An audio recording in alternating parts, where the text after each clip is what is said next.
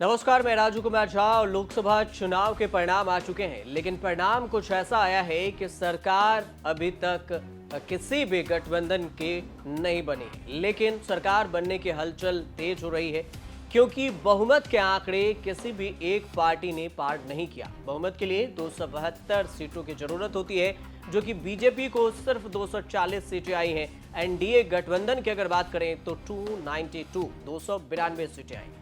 वहीं पर अगर इंडिया को देखें तो 234 सीटों के करीब में आया और इसी वजह से ये मामला फंस गया। लेकिन इस पूरे मामले में किंग मेकर बने हैं तो जेडीयू के नीतीश कुमार, जिन्हें 12 लोकसभा की सीटें मिली हैं, और दूसरे हैं टीडीपी के चंद्रबाबू नायडू। लेकिन सरकार बनने से पहले खबर और हलचल ये होने लगी कि आखिर नीतीश कुमार पलटी मारेंगे क्या। सवाल ये इसलिए उठा कि नीतीश कुमार कई बार एनडीए छोड़कर इंडिया के साथ, या यूं कहें कि बिहार में आरजेडी के साथ जाकर सरकार में उथल पुथल मचा चुके हैं। लेकिन इस सब के बीच में केसी त्यागी जेडीयू के महासचिव हैं, उन्होंने एक बयान दिया है। उन्होंने अग्निवीर को लेकर बयान दिया। उन्होंने कहा कि यूसीसी पर जो हमारा स्टेटस है, जो हमने पहले बात कही थी, वो जस के तस है। लेकिन वहीं पर अग्निवीर को लेकर देखा जाए तो इसमें विचार करने की जरूरत है, कुछ न कुछ संशोधन की जरूरत है। मतलब साफ है कि कहीं न कहीं जेडीयू का मन एनडीए में मिल नहीं रहा। केसी त्यागी ने क्या कुछ बयान दिया है, पहले वो बयान सुन लीजिए, उसके बाद आपको बताएंगे कि आखिर केसी त्यागी के बयान अग्निवीर, जिसको लेकर राहुल गांधी ने ये कहा था चुनाव से पहले कि अगर हमारी सरकार बनी तो हम अग्निवीर की जो योजना है, अग्निपथ स्कीम, उसे हम खत्म कर देंगे। इसके क्या मायने निकाले जाएंगे, साथ में ये भी आपको बताएंगे कि आखिर एनडीए के सरकार बनने के लिए किसके पास कितनी सीटें हैं और नीतीश कुमार कब कब पलटी मार चुके हैं। और अग्निवीर योजना, जिसे अग्निपथ योजना के बारे में आप जानते हैं कि ये अग्निपथ स्कीम आखिर है क्या, जिसको लेकर काफी बवाल हुआ था। विस्तार से एक समझेंगे, उससे पहले केसी त्यागी का बयान सुनिए। समाजवादी पार्टी कभी भी अग्निवीर व्यवस्था को स्वीकार नहीं कर सकती है। फौज की नौकरी बढ़े, नौजवान वर्दी पहन करके सीमा की रक्षा करना चाहता है, उसको मौका मिले, ज्यादा से ज्यादा नौकरियां बढ़ें। पहले लाखों में नौकरी मिलती थी फौज की, इन्होंने हजारों में कर दी है। पुणे लाखों में भर्ती होनी चाहिए, जिससे ज्यादा से ज्यादा लोगों को नौकरी मिल सके और देश की सीमा की रक्षा में जा सके। अग्निवीर योजना, इसके अलावा यूनिफॉर्म सिविल कोड और इस तरह का कंटेंशन, एक राष्ट्र एक चुनाव, अब इन विषयों को लेके जेडीयू का रुख क्या होगा? जस का तस है, लेकिन समन्वय बनाने का प्रयास करेंगे बजाय कन्फ्रंटेशन के। यूसीसी पर समर्थन होगा जेडीयू का? यूसीसी पर नीतीश कुमार जी ने चिट्ठी लिखी थी विधि आयोग के अध्यक्ष को, जिसमें उन्होंने कहा था कि हम इसके खिलाफ नहीं हैं, लेकिन इसमें व्यापक विचार विमर्श की आवश्यकता है। जितने भी स्टेक होल्डर्स हैं, राज्यों के मुख्यमंत्री हैं, डिफरेंट पॉलिटिकल पार्टीज हैं, सबके साथ मिल करके विचार विमर्श करके कोई यूनिफाइड फॉर्म निकालना चाहिए। अब आपको ये बताते हैं कि केसी त्यागी ने ये बयान दिया, इसके तो कई मायने निकाले जा रहे हैं कि सरकार बन भी गई अगर तो मनमुटाव चलता रहेगा और ये मंथन भी जारी रहेगा, क्योंकि अग्निवीर योजना को लेकर सरकार ने अपना स्टैंड क्लियर कर रखा है। अमित शाह से लेकर प्रधानमंत्री मोदी तक ये अपने तरफ से स्टैंड क्लियर कर चुके हैं कि अग्निपथ योजना सही था, सरकार की तरफ से ये कहा गया। लेकिन अब सवाल ये कि आखिर इस बार जो जीत हुई है, किस पार्टी को कितनी सीट मिली, आपको ये भी बताते हैं। टोटल सीट की बात करें तो 292 सीट जो है वो एनडीए गठबंधन को मिला है। इसमें से टीडीपी के खाते में 16 सीटें गई हैं और जेडीयू के खाते में 12 सीटें गई। इसके अलावा एलजेपीआरवी, जो रामविलास की पार्टी थी, लोक जनशक्ति पार्टी, जिसके भी प्रमुख चिराग पासवान हैं, उनके खाते में 5 सीटें गईं। 5 के 5 लोकसभा की सीट 100% स्ट्राइक से उन्होंने ये जीत दर्ज की है। इसके अलावा अगर बात करें तो जेडीएस के खाते में 2 सीटें गई।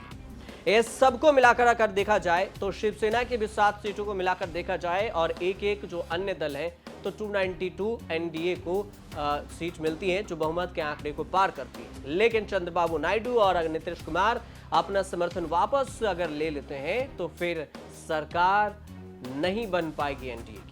लेकिन सरकार बने या ना बने ये तो अलग बात है। लेकिन अग्निवीर को लेकर जो बयान दिया गया, उस अग्निवीर पर पहले राहुल गांधी ने क्या कुछ कहा था, वो बयान सुन लीजिए।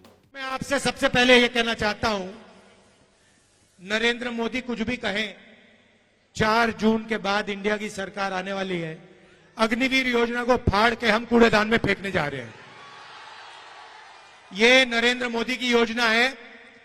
आर्मी इस योजना को नहीं चाहती है, ये ऊपर से थोपी गई है और हमारा पहला काम अग्निवीर योजना को फाड़ कर कूड़ेदान में फेंकने का होगा। हम 2 तरीके के शहीद नहीं चाहते हैं। अब आपको बताते हैं कि आखिर नीतीश कुमार को लेकर जो चर्चा है कि वो पलट सकते हैं, तो सवाल ये उठता है कि आखिर नीतीश कुमार पलटी कब मार चुके हैं। इसको आपको बताते हैं कि नीतीश कुमार पलटी कब मारे थे। सबसे पहले नीतीश कुमार की बात करें तो 1.5 साल पहले 2022 के अगस्त में नीतीश कुमार ने पलटी मारा था और फिर आरजेडी के साथ सरकार बनी थी। लोकसभा चुनाव से कुछ दिन पहले ही नीतीश कुमार 2024 के लोकसभा चुनाव से पहले ही नीतीश कुमार ने फिर एनडीए का दामन थामा और फिर उनके साथ सरकार बना ली। इससे पहले अगर जाएं तो 2017 में पलटी मारी थी। 2015 के विधानसभा चुनाव में भी नीतीश कुमार ने लालू यादव के साथ आए और बीजेपी में बड़ा उलटफेर कर दिया। कांग्रेस के महागठबंधन के साथ सीटें मतलब साझा करके महागठबंधन की जो 243 सीटें थी उसमें 178 पर जीत मिली थी और उसमें सरकार बना ली। इससे पहले अगर देखें तो 2014 के लोकसभा चुनाव से पहले एनडीए के जो पुराने दोस्त थे नीतीश कुमार, उन्होंने तो ये टूट सबसे बड़ी टूट मानी जाती थी कि जून 2013 में एनडीए से नीतीश कुमार अलग हो गए और उस वक्त चर्चा थी कि 17 साल पुरानी दोस्ती को उन्होंने पल भर में तोड़ दिया।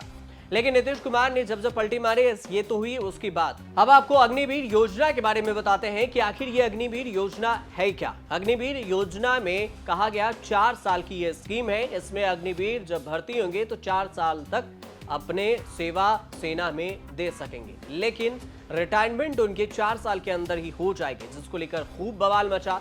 अग्निवीर में पेंशन की सुविधा नहीं है। 14 जून 2022 को युवाओं के लिए सशस्त्र बलों में सेवा देने की ये योजना शुरू की गई थी और उसके बाद इस योजना में हेल्थ स्कीम, एक्स सर्विसमैन का दर्जा नहीं मिलेगा। सर्विस के दौरान डियरनेस अलाउंस यानी डीए भी नहीं मिलेगा। इसी को लेकर काफी बवाल भी हुआ। राशन, यूनिफॉर्म, ट्रैवल के भत्ते मिलेंगे, वहीं दूसरी जगह पर भर्ती में प्राथमिकता मिलेगी। हालांकि इस स्कीम को लेकर लगातार आलोचना भी होती रही है और कई नेताओं का यह भी कहना है कि अगर रिटायरमेंट 4 सालों में होती है तो फिर नेताओं की रिटायरमेंट इतने दिनों के बाद क्यों, सवाल ये भी उठा और इसी वजह से विपक्ष के तमाम नेताओं ने इस पर बवाल किया। अभी भी इसकी आलोचना होती रही है और इसी पर जेडीयू ने अपना स्टैंड अभी क्लियर किया है कि अग्निवीर योजना में संशोधन की जरूरत है, कुछ न कुछ बदला जाना चाहिए और इसी के को लेकर कई मायने निकाले जा रहे हैं कि क्या संशोधन होगा।